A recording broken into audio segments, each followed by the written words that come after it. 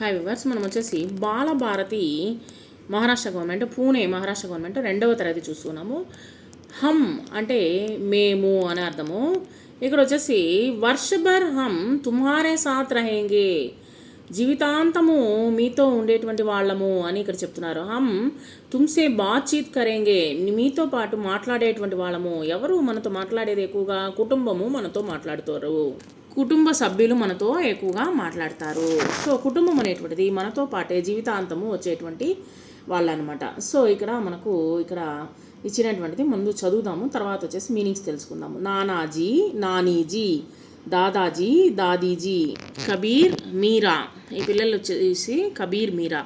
మామాజీ, మామీజీ, చాచీజీ, చాచాజీ, మౌసాజీ, మౌసీజీ, మాతాజీ, పితాజీ, బువాజీ, ఫూఫాజీ.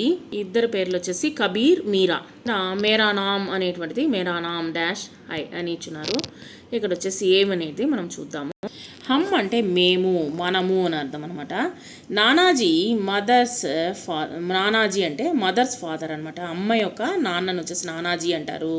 నానీజీ అంటే అమ్మ యొక్క అమ్మను వచ్చేసి అమ్మమ్మను వచ్చేసి నానీజీ అంటారు. మామాజీ మెటర్నల్ అంకుల్ అంటే తల్లి యొక్క తమ్ముడో లేదా అన్నను వచ్చేసి మామాజీ అంటాము. మామీజీ అంటే ఆ యొక్క మేనమామ యొక్క భార్యను వచ్చేసి మామీజీ అని అంటాము. తర్వాత దాదాజీ అంటే ఫాదర్స్ ఫాదర్, నాన్న యొక్క నాన్నని దాదాజీ అంటాము. దాదీజీ అంటే ఫాదర్స్ యొక్క మదర్ని దాదీజీ అంటాము. చాచాజీ అంటే ఫాదర్స్ యంగర్ బ్రదర్ని వచ్చేసి చాచాజీ అంటే బాబాయి. చాచీజీ అంటే ఫాదర్స్ యంగర్ బ్రదర్ని వచ్చేసి వైఫ్ని వచ్చేసి చాచీజీ అంటే పిన్ని అంటాము.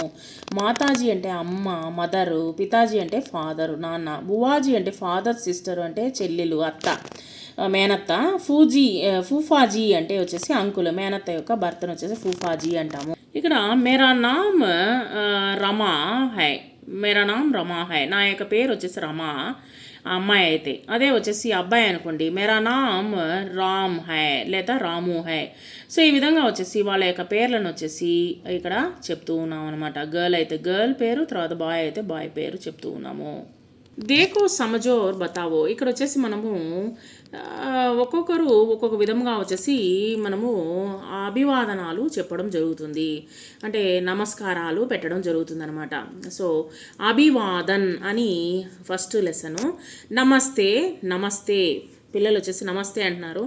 నమస్తే బచ్చో అంటే పిల్లలు నమస్తే బచ్చో అంటూ ఈయన సార్ చెప్తూ ఉన్నారనమాట, అంటే నమస్కారాలు పెడుతూ ఉన్నారు సార్కి, గురువుకి. సుప్రభాత్, సుప్రభాత్ అంటే ఉదయము. సో ఎర్లీ మార్నింగ్ని సుప్రభాత్ అని అంటాము.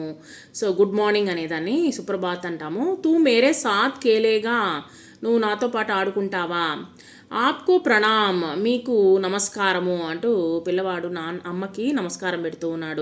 కొన్ని వాళ్ళల్లో వచ్చేసి మహమ్మదీయులు వచ్చేసి అస్సలాం అలైకుం అంటే నీ పైన శాంతి కలుగుగాక అన్నమాట.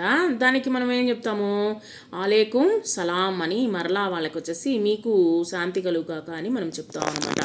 పెహలీ ఇకాయి వచ్చేసి వణక్కం అంటే వణక్కం అనేటువంటిది తమిళ్లో మనము వణక్కం అనేటువంటిది చెప్తామన్నమాట.